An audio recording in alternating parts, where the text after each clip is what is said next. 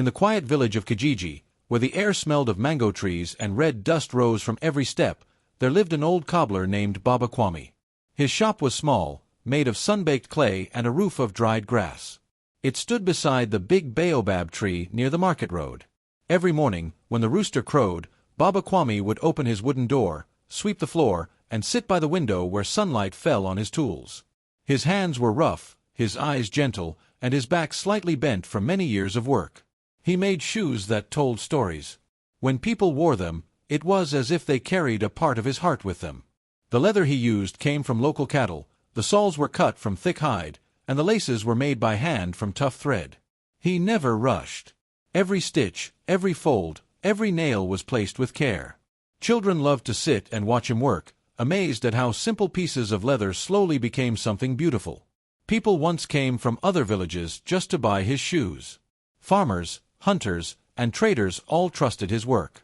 They said his shoes never tore, even after long journeys. Some believed Baba Kwame whispered blessings into every pair. Others said he used magic from the ancestors. But Baba Kwame always smiled and said, "It is not magic, my child. It is patience." He was not rich, but he was respected. His wife, Mama Abina, would bring him food at noon, warm maize porridge and stew wrapped in banana leaves. Together, they lived a peaceful life in their small hut behind the workshop. When the sun went down, they would sit outside, listening to the frogs sing near the river and watching fireflies dance in the dark. But time was changing. The young people of Kijiji began to dream of the city. They wanted shiny clothes, bright lights, and shoes that came in boxes with foreign names. Traders came from the town of Tamari, bringing factory-made shoes that sparkled under the sun. They were cheap, colorful, and made of plastic. The young men and women loved them. They said they looked modern. Soon, fewer people came to Baba Kwame's shop. He still sat by the window every day, his tools neatly placed before him, but customers became rare. Sometimes he would work on repairing old shoes just to keep his hands busy. He told himself that good work would never die, that people would remember his craft. Yet deep inside, he felt a quiet sadness growing. One afternoon, a group of children ran past his shop, laughing. One of them stopped and looked inside. "Baba Kwame," the boy said, "why don't you sell shoes like the ones in Tamari? They are shiny and soft." Baba Kwame chuckled softly. "Ah, little one, those shoes shine today but tear tomorrow. Mine may not shine, but they walk far." The boy laughed and ran after his friends. Baba Kwame watched them go, his eyes warm but distant. He remembered the days when people would line up at his door. Now, he mostly waited, for customers, for time, for the sound of footsteps that rarely came. One morning, as he was polishing an old pair of boots, a young woman named Asha entered the shop. She was carrying a basket of cassava and looked tired. "Baba," she said kindly, "can you fix these?" She placed her torn slippers on the table. The straps were broken, and the soles were thin as paper. "Of course," he said, smiling. "Sit down. It will not take long." He worked slowly, humming a soft tune from his childhood. The smell of glue and leather filled the air. Asha watched him, her eyes following every careful movement. "You work like my grandfather," she said. He used to carve with the same way, slow, gentle, full of love. Baba Kwame smiled again. "Love is the strongest glue," he said. "If you use it, nothing breaks easily." When he finished, he handed her the slippers. They looked almost new. She paid him with a few coins and some cassava from her basket. "Thank you, Baba," she said. "You still have the gift." After she left, the cobbler sat in silence for a while, looking at his hands. The lines on them were deep, like small rivers carved by time. He thought about the years gone by, the faces he had seen, the feet he had fitted. Every person, every shoe, had a story. He missed those stories. Days turned into weeks, weeks into months. The shop grew quieter. Dust gathered on the windowsill. Even the children who once came to watch him no longer stopped by. The sound of plastic soles slapping the road filled the air instead of the steady beat of leather shoes. One evening, after closing his shop, Baba Kwame walked through the village. He saw young men sitting by the bar, laughing and showing off their new city shoes. He saw young women admiring their reflections in the glass of the tailor's window. Their shoes shone under the lantern light, but their soles were already wearing thin. He stopped and smiled softly. Maybe one day, he thought, they will learn that shine does not last, but strength does. He turned and walked back home, his own shoes creaking but firm, carrying him as they always had. That night, he sat outside with Mama Abina, the stars bright above them. She looked at him and asked, "You are quiet, Kwame. Are you tired?" He nodded slowly. "Not tired, my love. Just thinking. The world is changing faster than my hands can keep up." She smiled gently. "But hearts do not change so fast. There will always be someone who values work done with love." He looked at her and smiled. "Yes. Maybe one day, the children will remember the cobbler of Kijiji." The next morning, he opened his shop again. The sun was warm, the sky clear. He cleaned his bench, sharpened his knife, and set out his tools. He hummed as he worked, just as he always did. Then he heard footsteps outside, small, quick ones. A little girl peeked into the doorway. She was holding her mother's hand and clutching a torn sandal. "Mama says you can fix anything," she said shyly. Baba Kwame laughed, his heart lifting. "Anything that deserves another walk," he said kindly. "Come, my child. Sit." He began to repair the sandal, his fingers steady and sure. The girl watched with wide eyes. The leather bent softly under his touch, and the rhythm of his work filled the air. When he finished, the sandal looked strong again, ready for many steps. The mother thanked him and placed a few coins on the table. "People forget," she said, "but I remember. My father wore your shoes when he married my mother." Baba Kwame's eyes glistened. "Then your family has walked far," he said quietly. "And may you walk farther still." As they left, the cobbler sat back and closed his eyes. For the first time in a long while, he felt peace. The world could change. The shops could close. The city could rise. But as long as there was one person who remembered the value of honest work, his craft would never die. The wind blew softly through the open window, carrying the scent of earth and leather. Somewhere outside, children laughed, and the village of Kijiji went on living, its heart beating quietly, stitched together by the hands of one old cobbler. The sun hung high over Kijiji, pouring its golden light on the red roads and the tin roofs that shimmered with heat. Dust floated in the air, and the sound of goats bleating mixed with distant laughter from the market. On that hot afternoon, a small boy named Cato walked slowly down the road, one sandal flapping and the other almost torn apart. His feet were sore, his clothes dusty, and his face carried the look of someone both tired and determined. He was returning from school, his bag made of old fabric slung over one shoulder. The path home was long, and every step made his broken sandals worse. One strap had snapped days ago, and the other was now giving way. But Cato had no money to buy new ones. His mother always said, "Shoes must wait until we have enough for food." So he tied the sandal with a piece of string and kept walking. When he reached the center of the village, he saw the small shop of Baba Kwame, the old cobbler who everyone said could fix anything. The shop stood beneath a large baobab tree, with a wooden sign that read, "Shoes that walk with you." Cato had passed by that shop many times but never gone inside. Today, his feet could not take another step. He looked down at the torn sandal and sighed. Then, with a bit of courage, he pushed open the creaky wooden door. Inside, it smelled of leather, polish, and something warm, like old stories. The shop was quiet except for the soft hum of Baba Kwame, who sat by the window sewing a thick brown shoe. The cobbler looked up and smiled when he saw Cato.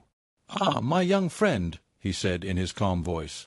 "What brings you here limping like a tired bird?" Cato looked shy. "My sandal broke, Baba. I was hoping, maybe you could fix it." Baba Kwame put down his tools and took the sandal in his wrinkled hands. He turned it slowly, his fingers tracing the worn edges. He said with a gentle smile. "This sandal has walked many roads. How long have you had it?" Cato scratched his head. "Since last year. Mama bought it in Tamari Market. I like it, but it keeps breaking." The cobbler nodded thoughtfully. "It has done its duty well. But tell me, Cato, if you could have any shoe you wanted, what kind would you choose?" Kato's eyes brightened. I want the ones like the boys in town wear, the shiny black ones with silver buckles. They look so smart and new. Baba Kwame chuckled softly. Ah yes, the city shoes. They shine like the morning sun. But let me tell you something, my boy. He leaned closer and whispered, not every shoe that shines can carry your journey. Cato frowned, confused. What do you mean, Baba? The old cobbler smiled. A shoe must know its owner. It must be made with care, not just made to look beautiful. The shine fades, but strength stays. Cato nodded slowly, though he didn't quite understand. Baba Kwame stood up and walked to a small shelf filled with old leather pieces. He picked one up and said, if you like, I will make you a new pair. One that will walk with your story. Cato's eyes widened. But Baba, I have no money. The cobbler waved his hand. Who said anything about money? You will pay me with patience. Sit, and we shall begin. The boy sat on a wooden stool while Baba Kwame began to measure his feet with a strip of cloth. The old man's movements were slow but sure, his hand steady as he marked the size on a piece of paper. Every foot has a story, he said. Yours has traveled far, hasn't it? Yes, Cato said proudly. I walk to school every day, 3 miles each way. Ah, a journey of learning, Baba Kwame said. Then your shoes must be strong, like your dreams. As he spoke, he began to cut the leather. The sound of his knife slicing through the material was smooth and rhythmic. Cato watched in silence, fascinated by the way the plain leather began to take shape. The cobbler hummed a low tune, a song from old times, and his eyes seemed to shine with quiet wisdom. Why do you make shoes, Baba? Cato asked after a while. The old man smiled without looking up. Because every person deserves to walk with dignity. Shoes are not just for feet, they are for the soul. They carry you toward your dreams, your work, your family. A good shoe must understand the road. Cato smiled, imagining himself walking proudly in his new pair. He thought of the city, the big school he wanted to attend, the world he wanted to see. For the first time, he realized that shoes were more than just something to wear, they were a way to move forward. The hours passed quietly. Outside, the sound of crickets began to rise as the sun softened. Baba Kwame worked carefully, stitching, shaping, and polishing. When he finished the first shoe, he handed it to Cato.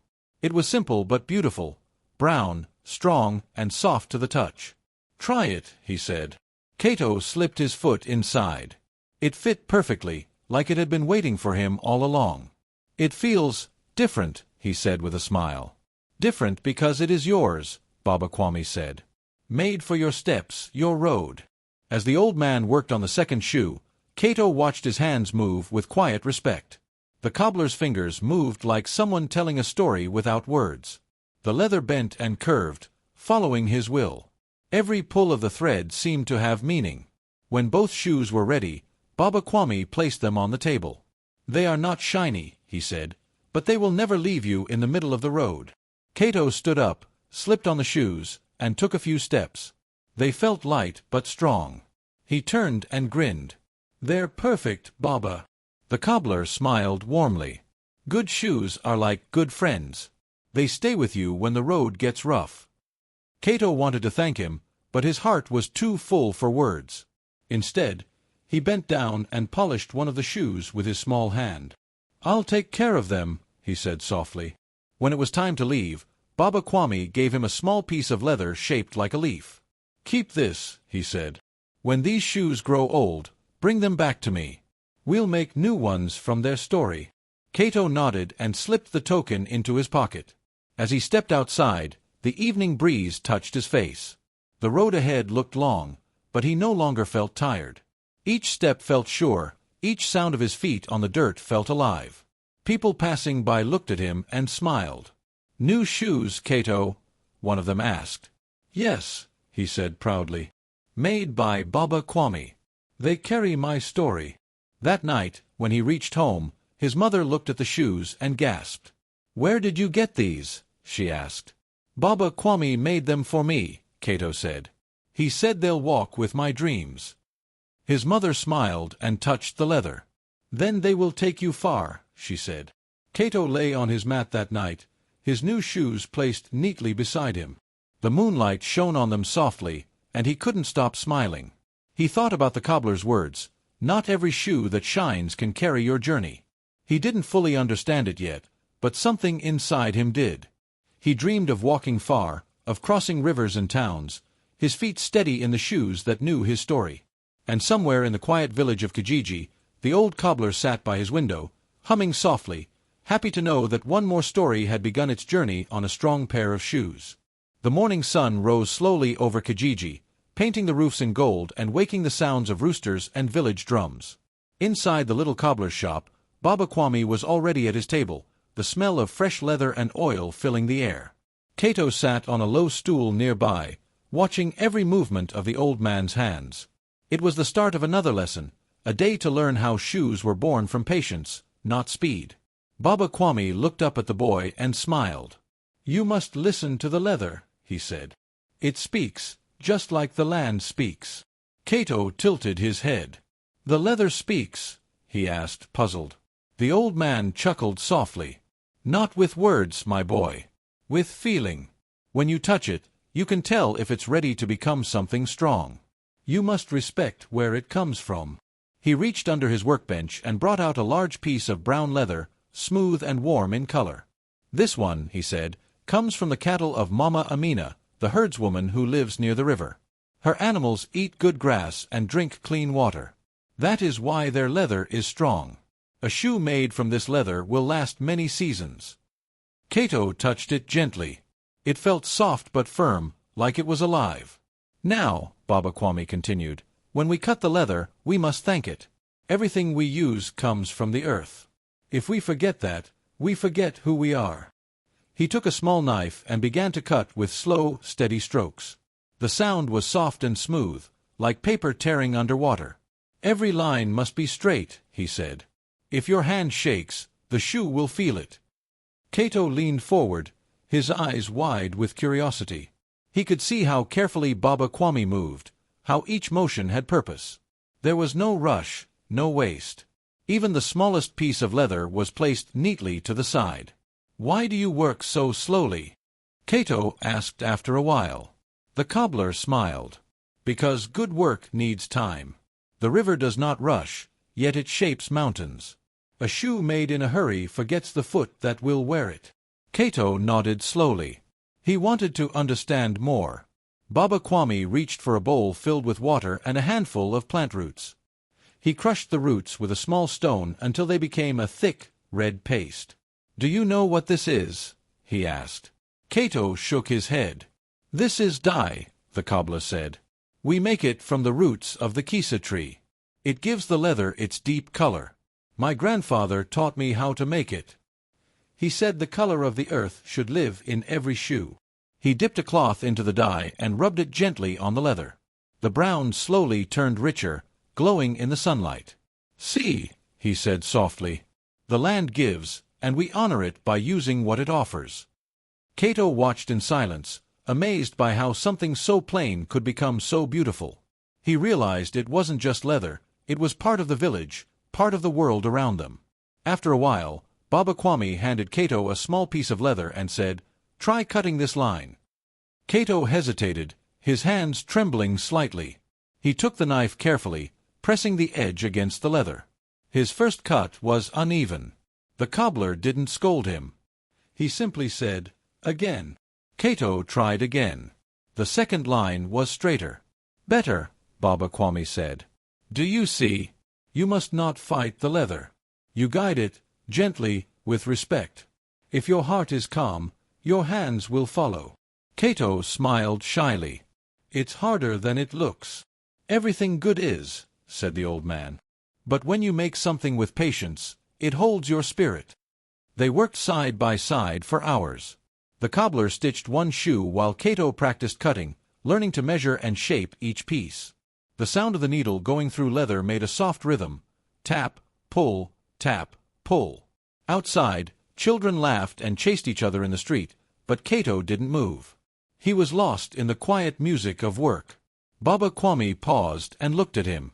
"You are learning faster than I thought," he said kindly. "Your eyes are sharp. Cato grinned proudly. "I want to make shoes like you, Baba." The cobbler nodded. "Then remember this, every stitch has meaning. Each one joins more than leather, it joins people, land, and purpose." He lifted a shoe and pointed to the seams. "This stitch," he said, "belongs to the herdsman who raised the cattle. This one belongs to the farmer who grew the plant we used for dye. This one is mine, and the next one will be yours. Together, they make something whole." Cato stared at the shoe, understanding a little more. "So when someone wears it, they carry everyone's work." "Exactly," said Baba Kwame. "That is why I call my shoes stories. Every pair is a story you can walk in." The boy smiled, feeling proud. He picked up a needle and tried to sew, his tongue sticking out in concentration. The thread tangled, and he frowned. "Easy," Baba Kwame said, laughing softly. "Don't pull too hard. It's not a race. The leather must feel your patience." Cato tried again, and this time the thread slid neatly through. "I did it," he said excitedly. The cobbler nodded. "Good. Now you are not just watching, you are creating." They worked until the sun began to fade. The smell of stew from nearby houses drifted through the air. Baba Kwame put down his tools and stretched his back. "That's enough for today," he said. "Even the hands must rest, or they forget their strength." Cato looked at the table covered with pieces of leather, thread, and tools. It felt like magic to him. Each piece had come from something real, from the earth, from people, from care. He thought about the shiny shoes he once dreamed of and suddenly felt different about them. They were beautiful, yes, but empty. These shoes, made by hand, had life inside them.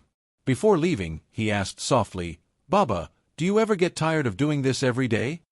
The old man looked at him and smiled gently. "How can I tire of purpose? My hands tell stories. My shoes carry people to their dreams. When I am gone, my work will still walk the earth. That is enough for me." Cato nodded, feeling something stir inside him, something strong and peaceful. He looked at his own small hands and wondered what they could build one day. The next morning, he came early to the shop again. The door was still closed, but he sat outside waiting. When Baba Kwame arrived, he laughed. "You are here before the sun, my boy." Cato grinned. "I want to learn more. I want to know how to make the soul." The cobbler smiled proudly. "Then come in. Today we will teach the leather to walk." Inside the shop, the day began again with rhythm and warmth. Cato helped press the sole against the upper part of the shoe. He held the hammer as Baba Kwame guided his hand. "Not too hard," the old man said. "Every strike should sound like a heartbeat." Cato hit softly, and the sound echoed in the small room. Thump, thump, thump. Baba Kwame nodded in approval. "Good. Now it has life." When they finished, Cato stared at the shoe. It was still rough around the edges, but it was real. "We made this," he said proudly. "We did," said Baba Kwame. "And now you know the secret of true beauty." Cato looked at him curiously. "What secret?" "That beauty is not in how fast you work or how bright it shines. Real beauty lives in patience and love. When you give time and care, it shows, even if no one else sees it." Cato smiled quietly, his eyes shining. He knew he would never forget those words. The morning sun rose softly over Kijiji, spreading golden light over the red soil and the small houses made of clay. The village was quiet except for the gentle sound of birds singing in the mango trees. Inside the little cobbler's shop, Baba Kwame stood with a proud smile as he held a pair of newly finished shoes in his hands. They were simple, brown, and strong, but when the sunlight touched them, they seemed to glow. Cato stood nearby, his heart beating fast. He had watched the shoes being made from the very beginning. He had seen how the leather was cut, how the dye changed its color, and how each stitch had been sewn with care. Now they were ready, his shoes, made just for him. Baba Kwame wiped his hands on his cloth apron and said softly, "Come, my boy. It's time." Cato stepped forward, his eyes fixed on the shoes. They looked perfect, but he still hesitated. "They're too good for me, Baba," he said shyly. "They look like shoes for a man, not a boy." The old cobbler chuckled. "Ah, but you have worked like a man, Cato. You watched, you learned, and you waited. These shoes belong to your journey, not your age." He placed the shoes gently on the floor. "Go on," he said. "Try them." Cato slowly slipped his feet inside. The leather hugged his feet perfectly. It felt warm, soft, and alive. The soles were firm, and the weight felt just right. For a moment, Cato said nothing. He only looked down at his feet, then up at Baba Kwame. "They fit," he whispered. "They feel alive." Baba Kwame nodded, smiling proudly. "That is because they are made with spirit, my boy. Not just with hands, but with heart." Cato took a few careful steps. The floor creaked under his feet, and each step made a sound that felt strong and sure. Then he walked toward the door, the sunlight spilling across the threshold. When he stepped outside, the warmth of the earth met the strength of the leather. For the first time in his life, Cato felt taller, not because of height, but because of pride. The villagers soon noticed. Mama Zuri, the market trader, was the first to speak. "Ah, Cato, look at those shoes. They look like they were made by angels." Cato smiled shyly. "Baba Kwame made them," he said proudly. She bent down to look closer. "These are not ordinary shoes," she said. "They look like they carry a story." Word spread quickly. Everyone who passed by stopped to admire them. Old men nodded in respect. Children stared in awe. Even the village chief walked over from the market square to see them. "Baba Kwame still has magic in his hands," he said, clapping the cobbler on the shoulder. That day, Cato walked through the village streets with a new kind of confidence. He did not hurry. He walked slowly, feeling each step connect with the ground. He could almost feel the land talking back, the same land that had fed the cattle, grown the roots for the dye, and given life to the leather. Every sound of his footsteps felt like music, a rhythm that told a story. The shoes didn't just cover his feet, they carried his dreams. As he walked past the schoolyard, his friends ran over. "Cato," one of them shouted, "where did you get those shoes? They look like something from the city." Cato smiled. "No," he said. "They're from here, from Kijiji." The boys stared in disbelief. "But they look so perfect." He lifted one foot and said proudly, "They were made by Baba Kwame. Every stitch, every piece, came from our land." His friends nodded, impressed. One of them said, "My father bought shiny shoes from the city. They already broke after 1 week." Cato laughed softly. "Baba Kwame says not every shoe that shines can carry your journey." The boys didn't fully understand, but they could see how proud he was. When Cato walked away, they followed behind, trying to step in his footprints as if his shoes carried luck. Later that afternoon, Cato helped his mother at home. She stopped her work to look at his shoes. "They suit you," she said warmly. "You walk differently now, my son. Taller, stronger." Cato grinned. "Maybe it's the shoes." She smiled. "Maybe it's what they mean." As the sun began to fall, Cato returned to the cobbler's shop. Baba Kwame was sitting outside, drinking from a cup of tea. The old man looked up and smiled when he saw the boy. "Ah," he said, "how did the road feel beneath your new shoes?" Cato sat beside him. "It felt different, Baba. Every step felt special. The people noticed them. They said the shoes look like they have a spirit." Baba Kwame chuckled. "Then they are not wrong. Every shoe has a spirit if made with care. But tell me, Cato, what did you feel inside them?" Cato thought for a moment. "I felt proud," he said quietly. "I felt like I belonged to something bigger. Like the shoes were carrying not just me, but our land, our people." The cobbler nodded. "That is wisdom, my boy. When you walk with purpose, you walk with pride. These shoes are more than leather, they are your roots." Cato looked down at his feet again. The leather had already gathered a little dust from the road, but they still looked strong. "I want to make more shoes one day," he said. "Shoes that carry other people's stories." Baba Kwame smiled, his eyes full of warmth. "Then you will, Cato. You have the heart for it. Remember what I taught you, the hands make the shoes, but the heart gives them life." As the sky turned orange and purple, The two of them sat in silence, watching the village prepare for evening. The smell of cooking fires drifted through the air. Children laughed in the distance. The sound of drums echoed faintly from the far end of the village. Kato's shoes tapped gently against the ground, keeping rhythm with the heartbeat of Kijiji. That night, when he walked home, he noticed things he had never paid attention to before: the softness of the dirt road, the sound of the crickets, the way his steps left neat marks in the soil. For the first time, he understood what it meant to walk wisely, to walk knowing where you come from and where you are going. When he reached home, his mother had already lit a small fire outside. She looked at him and said, "You seem happy, Kato." He nodded. "I am, Mama. These shoes make me feel like I'm walking in my own story." She touched his shoulder gently. "Then never forget who made them and why. When you wear them, remember the hands that worked for you and the lessons they taught." Kato nodded. "I will always remember, Mama." Before going to bed, he cleaned his shoes carefully with a cloth, the way Baba Kwame had shown him. He placed them beside his mat and smiled. They were not shiny, but they looked strong, patient, and wise, just like the cobbler who made them.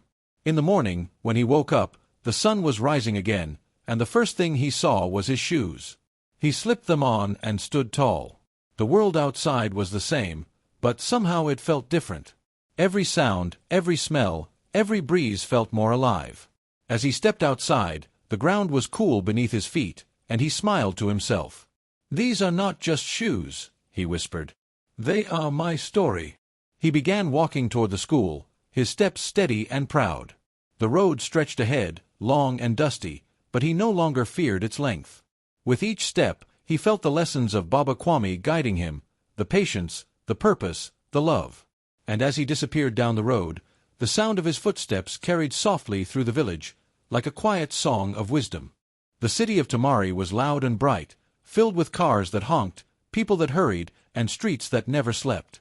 Tall buildings reached toward the sky, and shops lined the roads with windows full of shining things: clothes, watches, and shoes of every color. In one of those busy corners stood a small workshop with a wooden sign that read, "Kwame Leather, Shoes with a Story." Inside the workshop, a man in his 30s worked quietly. His name was Kato. His hands were strong, his movements steady, and his eyes calm. The smell of leather filled the air, just like it had in his childhood back in Kijiji. But now, the shop was his, and the hands that crafted the shoes were his own. Every day, people from the city came to his shop, curious about his work.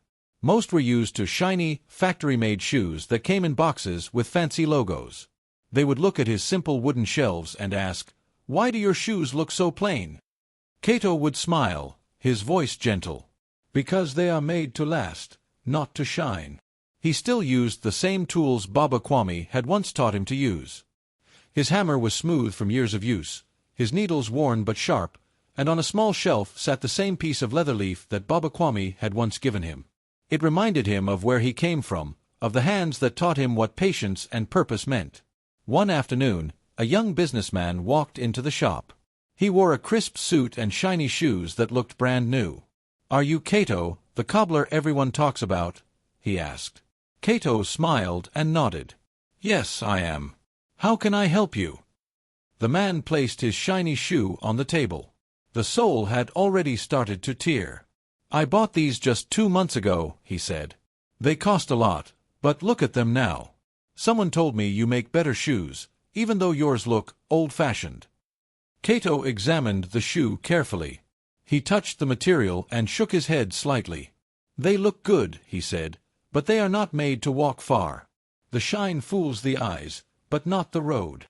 The man frowned. "So what do you suggest?" Kato smiled. "I can make you a new pair, one that will carry your journey, not just your feet." The man raised his eyebrows. "Carry my journey? What does that mean?" Kato looked at him and said softly, "Before you buy your next shoe, ask whose story you are walking in." The man didn't understand, but he agreed. "All right, make me a pair. But don't make them look too simple," he added quickly. Kato only smiled again and nodded. "Come back in a week." For the next several days, Kato worked carefully. He remembered every lesson Baba Kwame had taught him. He chose good leather from local cattle farms near the edge of the city. He mixed dye from roots and bark, just like he had learned as a boy. He stitched slowly, whispering the same words his teacher once said, "Every stitch carries meaning." While he worked, he thought of Kijiji, the red roads, the sound of children laughing, the smell of earth after the rain. He thought of the old cobbler sitting by the window, smiling with kind eyes. Those memories gave strength to his hands. When the shoes were finished, they looked simple but strong. They were dark brown, smooth, and shaped to walk many miles. Cato polished them lightly and placed them on the wooden table, feeling proud. The businessman returned as promised. When he saw the shoes, he looked surprised. "They don't shine like city shoes," he said, half smiling. Cato nodded. "No, they don't. But try them on." The man slipped them on and took a few steps. He stopped, looked down, and frowned slightly. "They feel different," he said. "Different how?" Cato asked, his eyes calm. "Like they know my feet," the man said slowly. "They fit perfectly." "How did you do that?" Cato smiled. "I listened to the leather. It knows when to bend, when to hold. The earth teaches you that if you pay attention." The man laughed softly. "You talk like a storyteller, not a cobbler." "Maybe I am both," Cato said. "Every shoe has a story. Yours is just beginning." The man looked thoughtful. "How much do I owe you?" Cato told him the price, and the man nodded, paying without complaint. "I'll be back," he said before leaving. "These feel special." As the door closed, Cato sat down and looked around his small shop. On one wall hung a small picture of Baba Kwame, drawn by a local artist years ago. It showed the old cobbler smiling beside his bench. Cato looked at it often, especially on quiet days. Sometimes, when young people came into his shop, they would ask about the picture. "Who is he?" they would say. Cato would smile gently. "My teacher," he would answer. "He taught me that a good shoe carries more than a foot. It carries a story, a spirit, and a home." Word of Cato's shoes began to spread across the city. People said his shoes never tore. Some said they even made you walk taller. Soon, his small workshop became famous. But even with all the new customers, Cato never rushed. He still worked the same way, slowly, carefully, with love. One evening, a young woman entered the shop. She was a reporter from the city newspaper. "Mr. Cato," she said, "I want to write about you. People say your shoes are the best in Tamari. What makes them so special?" Cato looked up from his work and smiled. "What makes them special is not me," he said. "It's the story behind them." She took out her notebook. "Can you explain?" He nodded. "Every pair of shoes has a story. The leather comes from the land, from the hands that raised the cattle. The dye comes from the trees and the soil. The stitches come from patience. I learned this from an old cobbler in my village. He told me that real beauty lives in purpose, not in shine. I still believe that." The reporter smiled. "That's beautiful," she said. "Can I quote you?" Cato laughed. "Of course. But write this too. Before you buy your next shoe, ask whose story you are walking in." The story was published a week later. People from all over the city came to his shop, some out of curiosity, others out of respect. Many said they wanted shoes that carried stories, not just style. One day, as Cato closed his shop for the evening, he stepped outside and watched the city lights flicker. The air was cool, and a soft wind brushed against his face. He looked down at his own shoes, the same pair he had made years ago when he first opened his shop. They were worn but strong, still walking as if new. He smiled quietly to himself. Somewhere far away, in the village of Kijiji, he imagined Baba Kwame sitting by his window, nodding in pride. A small boy walked by the shop just then, staring through the glass at the rows of handmade shoes. He pointed and said to his mother, "Mama, I want those." His mother smiled. "Maybe one day, when you're older." Cato chuckled softly and said to himself, "And so another story begins." He turned off the lights and locked the door. The street was peaceful, and the moonlight shone on the sign above his shop, "Shoes with a Story." As he walked home through the quiet city streets, the echo of his steps followed him. Each one was a memory, a promise, a lesson. He knew that life, like shoes, was not about how shiny it looked, but how far it could carry you. And as he disappeared into the night, the words of his teacher echoed in his heart. Real beauty comes from the soul, not the shine. He smiled and whispered softly to the wind, "Before you buy your next shoe, ask whose story you are walking in." The end.